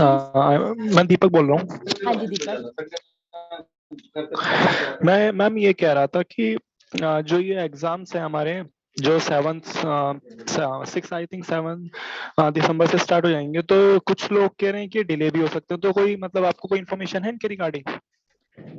बेटा जी फाइनल डेट शीट आ गई है मेरे ख्याल से, जो ऑलरेडी इग्नू की वेबसाइट में, इग्नू की वेबसाइट ऑफिशियल वेबसाइट में दे रखी। अच्छा, तो वही फॉलो करनी है आप। Please go to the IGNOU अच्छा। Website, right your, type your enrolment number और just go to date sheet there, और आपको ओके पता मैम। चल जाए कि आपके एग्जाम्स की क्या डेट है। That is a final. Okay okay. Next question number 2 जो है वो बेसिकली 200 वर्ड्स का है। 200 वर्ड का पैराग्राफ है। Again you have choices among 4 topics, जैसे the festival that I love to celebrate the most, the benefits of walking daily, my ideal friend, the role of teacher in our lives. If you see, ये basically एक descriptive style of writing है। ये descriptive style of writing है। Obviously अगर आपका ideal friend है, अगर आप उससे दोस्ती करना चाहते हो, तो वो क्या है, उसके बारे में डिस्क्राइब करता है। ठीक है। थर्ड क्वेश्चन जो है आपको लेटर राइटिंग से है। लेटर राइटिंग बेसिकली अगर आप देख रहे हो उसमें भी चॉइस है। ये अगेन 10 मार्क का क्वेश्चन है। ये फॉर्मल लेटर राइटिंग है, दोनों ही इसमें चॉइस है। पहला लेटर है, write a letter to the civic authorities describing the menace of stray dogs in your colony. Right, हम सबको पता है कि हमारी कॉलोनीज में बहुत सारे स्ट्रे डॉग्स होते हैं। आप चाहो तो उनके बारे में लिख सकते हो, या फिर सेकंड आपके पास टॉपिक है, फॉर्मेट वही रहेगा जिससे हमने स्कूल में लिखा था। जैसे सिविक अथॉरिटीज हमारी दिल्ली की कौन सी है, एमसीडी, तो आप एमसीडी के हेड को लिख सकते हो।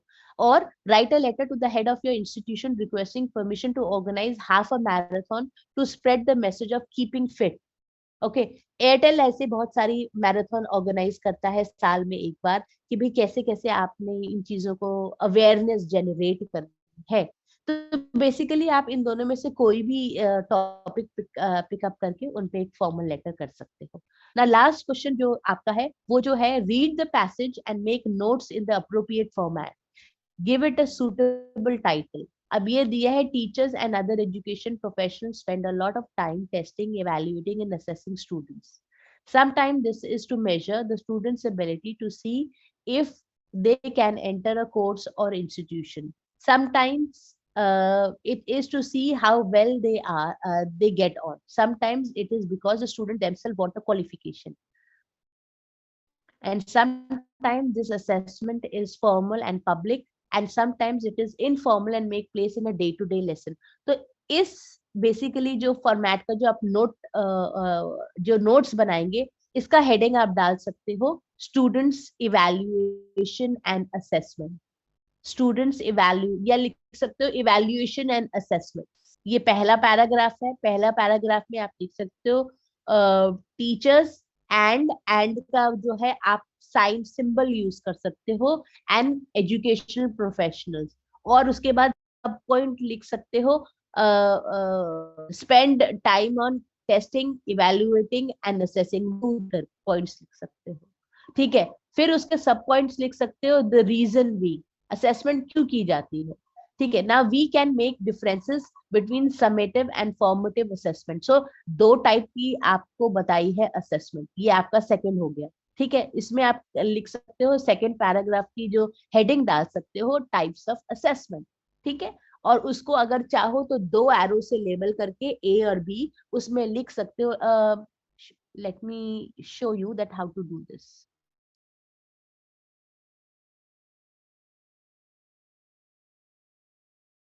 Hold on.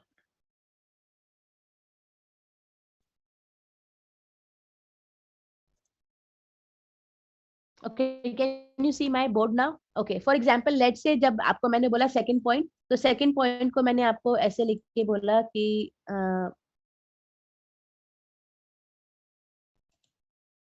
Okay, so second point मैंने आपको बोला टाइप्स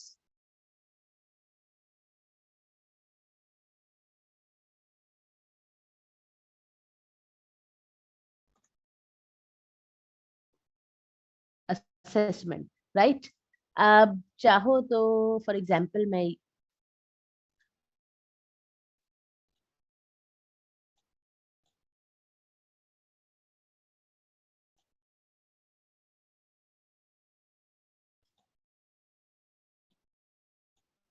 ओके, पहला असेसमेंट जो है आपका कौन सा है, आपको बताया गया है, होल्ड ऑन,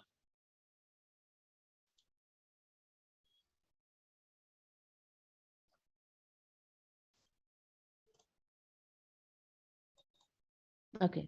सो फॉर्मेटिव, पहला आपको बताया समेटिव और दूसरा बताया formative. Okay, so here it is.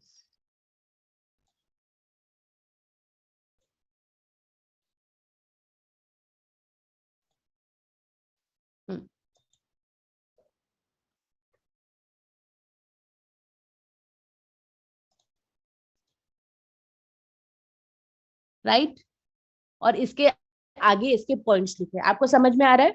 Can you see it? Do you understand this?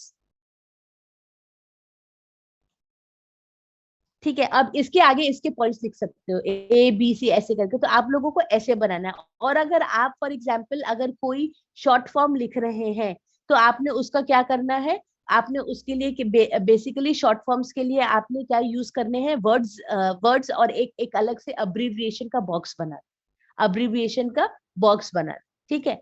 सो ये ऐसे करना है, जैसे ये वाला पैराग्राफ है, summative and formative. And summative assessment, as the name suggests, it is a kind of measurement that take place to round up the things. तो ये बेसिकली ये आपको पूरा का पूरा ये जितना भी इतना बड़ा दिया हुआ है, आपने इसको स्ट्रक्चर्ड करके इसकी नोट मेकिंग बनानी है। मैंने आपको फॉर्मेट समझाया हुआ है और आपने उसी को फॉलो करना है। अगर आपको याद नहीं है तो please see it in your books. Books में बहुत सारे एग्जाम्पल दिए हैं नोट मेकिंग के, please do it that way. ये क्वेश्चन पेपर इसका भी यही है, और वैसा एक और क्वेश्चन पेपर मैं आपके साथ शेयर करती हूँ, वो भी ऐसा ही है, लेटेस्ट वन।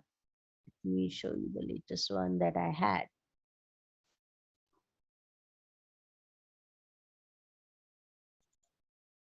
ये जून का है, 2022 का क्वेश्चन पेपर। ये भी फॉर्मेट ऐसा ही है। Write a composition in about 350 words, any one topic, the role of friends in our lives, importance of reading, sports and health, environmental pollution, right? Next 200 words का है, ये 10 मार्क का question है। इसमें भी आपने बेसिकली जो है किसी एक टॉपिक में लिखना है, holidays, parents, discipline in the road to success and why should we follow traffic rules. आप जो चाहे इनमें लिख सकते हो। Again you have a formal letter writing, write a letter to the editor of your local newspaper regarding accumulation of garbage in your residential area, outline the problems and offer solution। मैंने complaint letter जैसा format दिखाया था, फिर उसका solution भी बताया था, आप ये वो करिएगा, ठीक है? And last is write a letter to the president of your students union describing the sorry state of the campus after students union selection, mention why it is a matter of concern and offer constructive suggestions। then last again is note making। ये format करना है आपको, इसको एक suitable title देना है। इसमें दिया है space exploration is the use of astronomy and space technology to explore outer space। तो इसका टॉपिक होगा स्पेस एक्सप्लोरेशन, इसकी हेडिंग होगी, सुटेबल टाइटल होगा स्पेस एक्सप्लोरेशन, ठीक है? और तब उसके नोट्स बना। Do we understand? And you know follow the format. How do you follow the format? Please use the format. Okay, now I am done with this. Does anybody have a doubt? Yes Sumit, unmute yourself.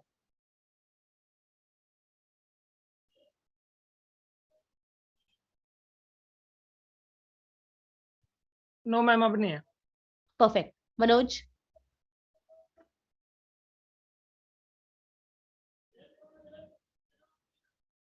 Komal?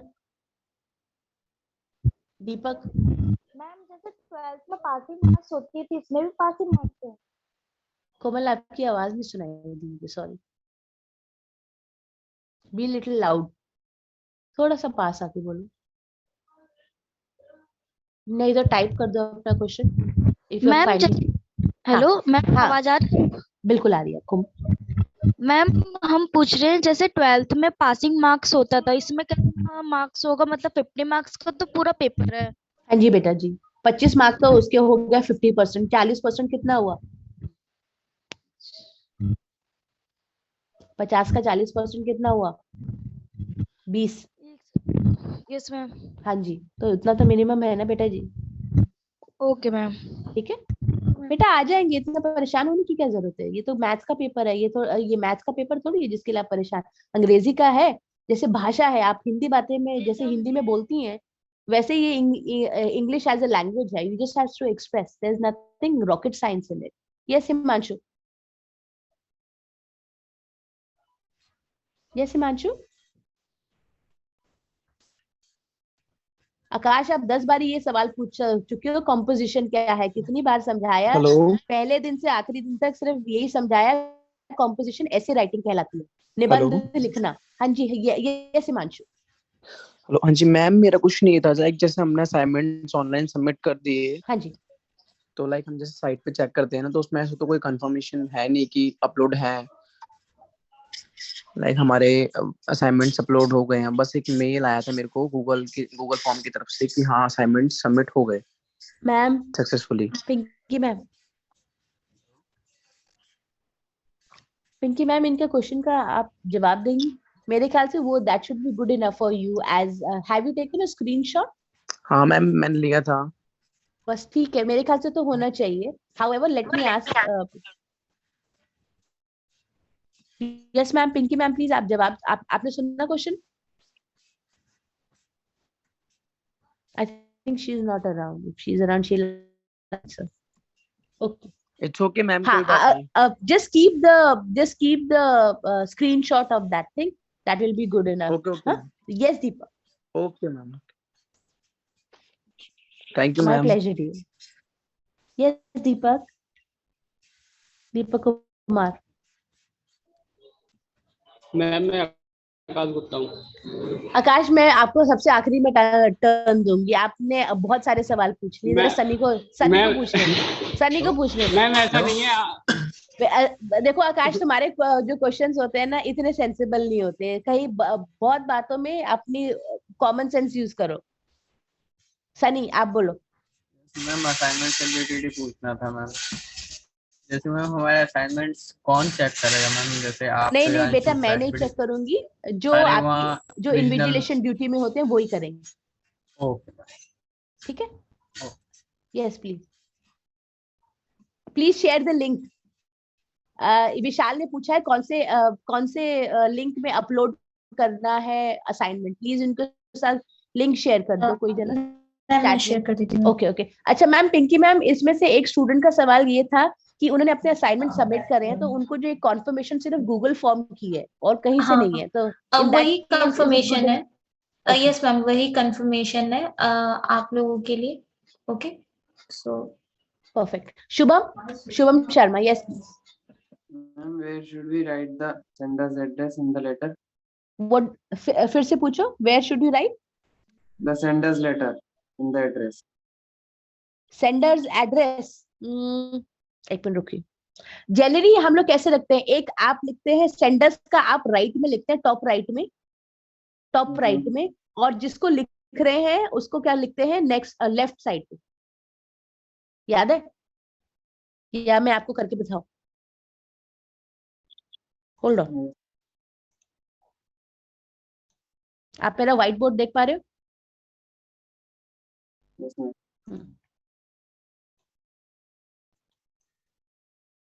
Okay. यहाँ पर जैसे आप sender's address लिख रहे हो, जैसे आप अपना लिख रहे हो XYZ दिल्ली, एंड कोड जो भी लिखना चाहते हो, एंड फिर यहाँ पर इस साइड पे आप लिखेंगे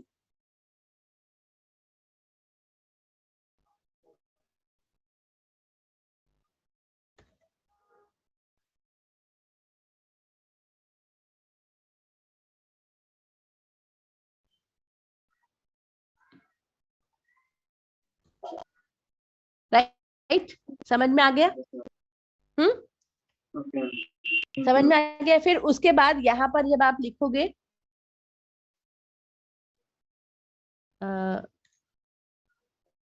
ठीक है, फिर इसके बाद आप क्या लिखोगे नेक्स्ट, यहाँ पर आएगा सब्जेक्ट और उसके बाद मैटर, इंट्रोडक्शन और वगैरह सब कुछ। Do you understand? Yes ma'am, thank you. My pleasure dear. Yes Tina. Tina ji, unmute yourself and talk to. Yes hello yes ma'am, Tina. मेरा क्वेश्चन ये है कि नोट मेकिंग में ऐसे कौन से मिस्टेक्स हैं जो हमें अवॉइड करने चाहिए, मतलब जिससे हमारे नंबर कट सकते हैं?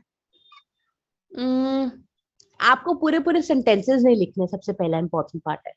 आपने उसको पॉइंट वाइज लिखना, उसमें मार्क्स कटते हैं। आपने हर चीज की एक्सप्लेनेशन नहीं लिखनी, अब्रिविएशन यूज करनी, बुक में एग्जांपल्स देखना, आपको तब समझ में आएगा। ठीक है, सेंटेंसेस नहीं लिखने नोट मेकिंग में। सेंटेंसेस पूरे पूरे सेंटेंसेस नहीं आते बेटा जी, और कॉपी पेस्ट नहीं होता। जो आप बिल्कुल जो आप उसमें पढ़ रहे हो, पैराग्राफ में पढ़ रहे हो, वो उसको वैसे वैसे कॉपी नहीं करना। ठीक है,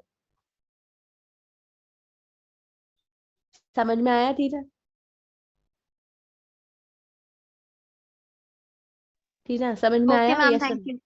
हाँ, एंड प्लीज एग्जाम्पल देखना बुक में, एग्जाम्पल जरूर देखे ना, उसका फॉर्मेट समझ में आएगा। जब आपको फॉर्मेट समझ में आ जाएगा ना बेटा, तब आप किसी पे भी नोट मेकिंग बना सकते हो। यस प्रथम। Thank you ma'am. My pleasure Tina. Ma'am assignment अगर हमने सबमिट कर दिया और किसी ने मतलब ना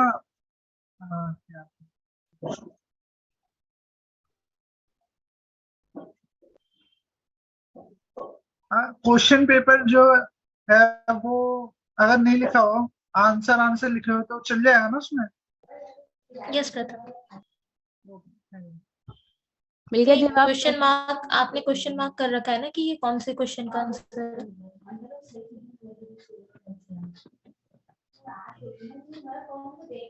मैम क्वेश्चन मैंने ना बेटा आपने क्वेश्चन नहीं लिखा, आपने आंसर मार्क करा है। जैसे answer number 1 and so and so लिख रखा है, और नंबर 2 पहले मैंने ऐड कर रखा है उसमें पेज पे। हाँ, कोई प्रॉब्लम नहीं, शीट लगाई होगी ना बेटा जी, आपने शीट लगाई होगी क्वेश्चन पेपर की आगे, और उसके बाद सीधे आंसर्स लिखे होंगे। हाँ तो ठीक है बेटा, बिल्कुल ठीक है, नो वरी। शुभम बोलो जी।